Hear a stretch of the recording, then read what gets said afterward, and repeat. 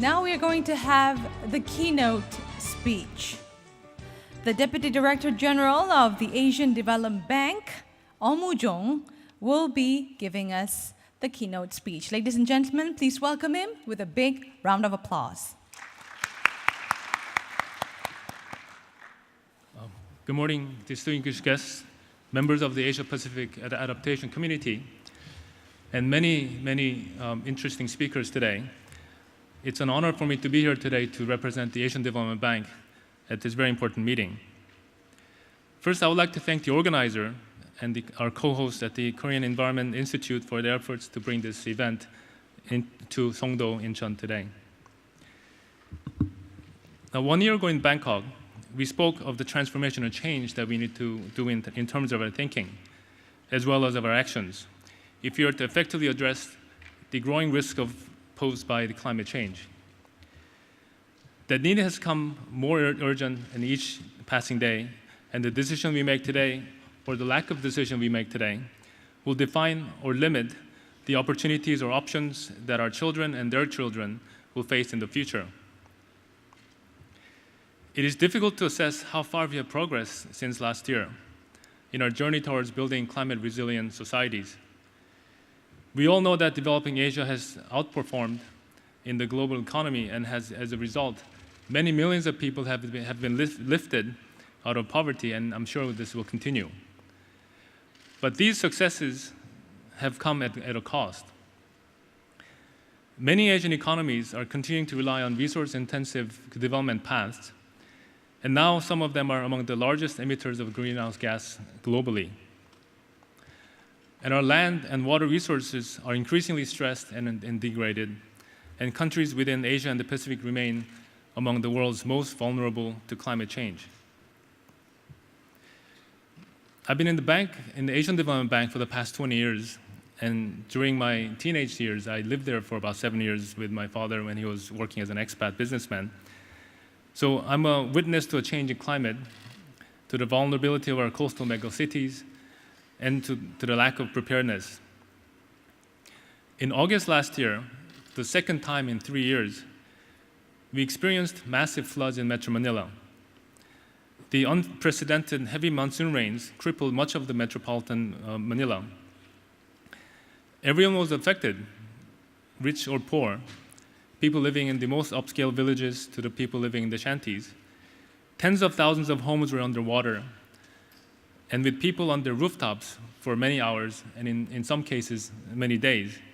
In fact, some of our staff could not come to work because they were stuck in their respective homes. Now, when I look back in my teenage years, over 30 years ago, these kind of events and disasters are seen as something that happens every 50 years. But now, these kind of events appears to be happening almost every year. So these are no longer every 50-year events. Our region needs to adapt, to mitigate, and to build resilience is real, and it is urgent. As adaptation experts, you all know that there's only one planet, and as long as you're living on this planet, you will not escape climate change. You also know that the most vulnerable and the hardest hit will be the poor people in our region, particularly those people living in the coastal cities. The recent studies revealed the increasingly grim picture. To keep the atmospheric CO2 concentration to below 450 ppm, we must now decrease the carbon intensity of our economic activity by over 5% per year, every year, globally. Also, it is not entirely clear whether, in the event that we have a 4-degree increase, whether that's a viable option as well. So against this setting, I would like to address 3 issues of pressing importance. First is that we cannot continue to pursue climate change mitigation and adaptation and disaster risk management, for that matter, as separate items and a separate agenda. Second is that the earliest and the most serious impact of climate change take in the form of climate-related disasters. And finally, our efforts to integrate adaptation, mitigation, and disaster risk management must focus on cities, where Asia's population, economic activity, greenhouse emissions, and exposure to climate-related risks are increasingly concentrated. Now let me take you through each of the three issues one by one. Now first, we cannot simply continue to pursue mitigation and adaptation as separate agendas as mentioned. We must view mitigation as a primary component of our adaptation toolkit, and that we must take every opportunity to align mitigation and adaptation objectives in our policies, programs, and projects. Many of these opportunities have long been obvious, and we all recognize that afforestation of watersheds provide mitigation and adaptation benefits. Biological sequestration is the mitigation benefit, and the flood attenuation and improved slope stability are adaptation benefits. I was personally involved in development of a hydropower in Lao PDR about 8 years ago. And back then, the watershed protection was something that was done by the altruistic vision of the project developer to be nice to the environment, since you are degrading the environment.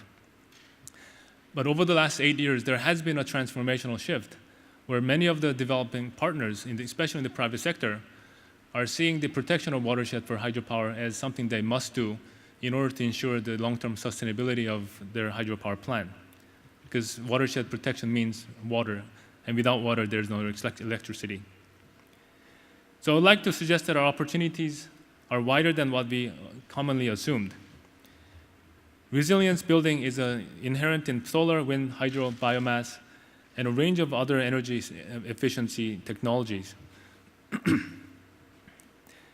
The benefits of adopting these extend much beyond reduced greenhouse gas emissions and reliance on imported fuels. Decentralized energy systems open up extensive opportunities for local entrepreneurship and support skill jobs that will have positive spillover effect on the local communities.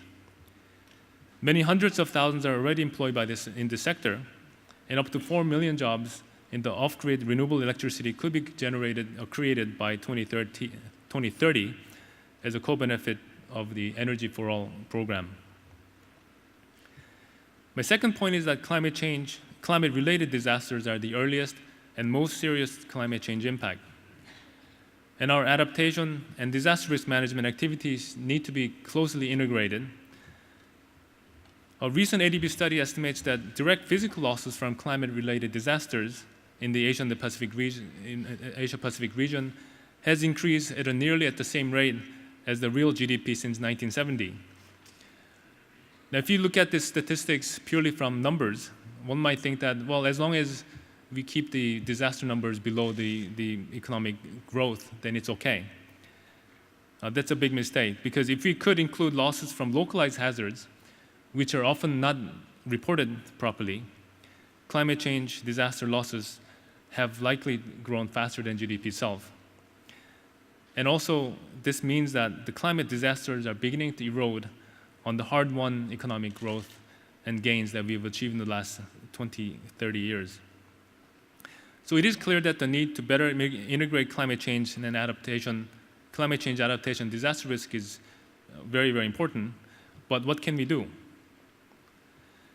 The major step is to change the incentive structure, which is skewed towards the post-disaster relief and reconstruction away from preventive measures.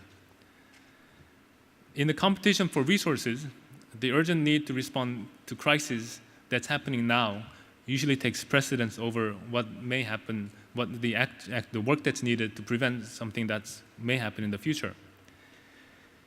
Now we need to step back for a moment and look at this rationally. The benefits from investing in disaster risk prevention may well yield 4 times higher benefits in the long run than ex-post actions. Many estimates suggest even greater returns, particularly favoring in the likely impacts of climate change.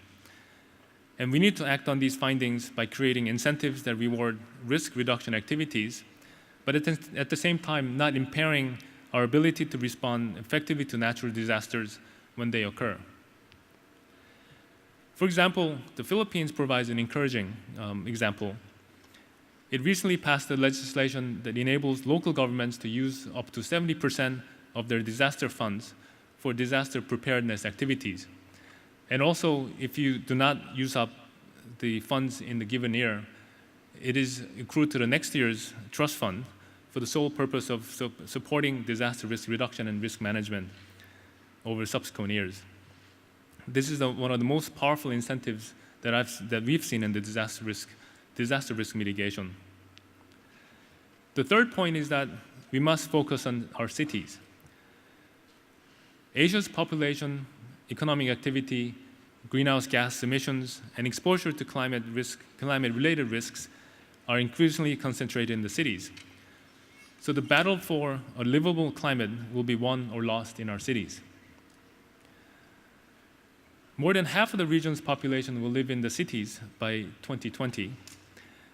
They comprise 80% of the economic output, produce a similar share of the greenhouse gas emissions in the region, and Asia will likely to be responsible for more than half of the global increase in the greenhouse gas over the next 20 years. And with many of the Asia's megacities located in low elevation coastal zones exposed to flooding, typhoon, sea level rise, they will bear the brunt of climate change. It's interesting, our ancestors, when they built these cities, they built only looking at convenience, access to water, access to transportation, and to the sea. But now those conveniences are exposing ourselves to the risks much greater. In fact, already 7 Asian cities have been identified as the world's most at-risk cities, with poor and marginalized communities at greatest risk. And yet, our rapid urbanization presents us with historical opportunities to improve the resilience of our community through new green approaches to urban design. Our approach to urban design, or lack thereof, can serve either to create or to reduce and mitigate risks. By providing jobs, public infrastructure and services in the cities, it creates incentives for migration, often concentrating population. I would like to recap my 3 points. First, our best efforts at adaptation will fail if present greenhouse gas emissions trends continue. So the two have to go hand in hand. We must seek every opportunity to align mitigation and adaptation benefits in our policies, programs, and projects. Second, we must ensure that the adaptation and disaster risk management are also closely and better integrated, with each community learning from one another and supporting each other. And the last point is that we must focus on our cities.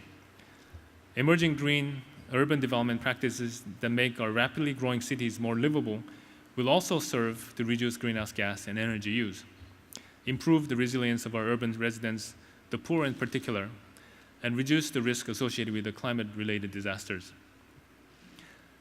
So my final thought is this: no one, rich or poor, north or south, will be able to escape from climate change once it hits.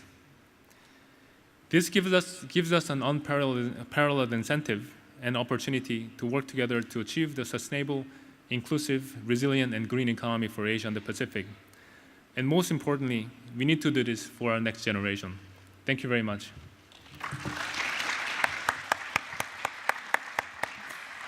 Thank you very much. I'm sure that all of you enjoyed his presentation. I always welcome presentations with beautiful pictures in it. More pictures than words. Now, before you step down, I think some of you from the floor might have some questions, so we would like to take a moment to have a Q&A session. If you have any questions, please raise your hand, and we will be delivering the microphone to you. As you can see, our speaker is here. We have a gentleman on the second row. Thank you. Good morning. My name is Salimul Haq. I'm Director of the International Center for Climate Change and Development at the Independent University in Bangladesh.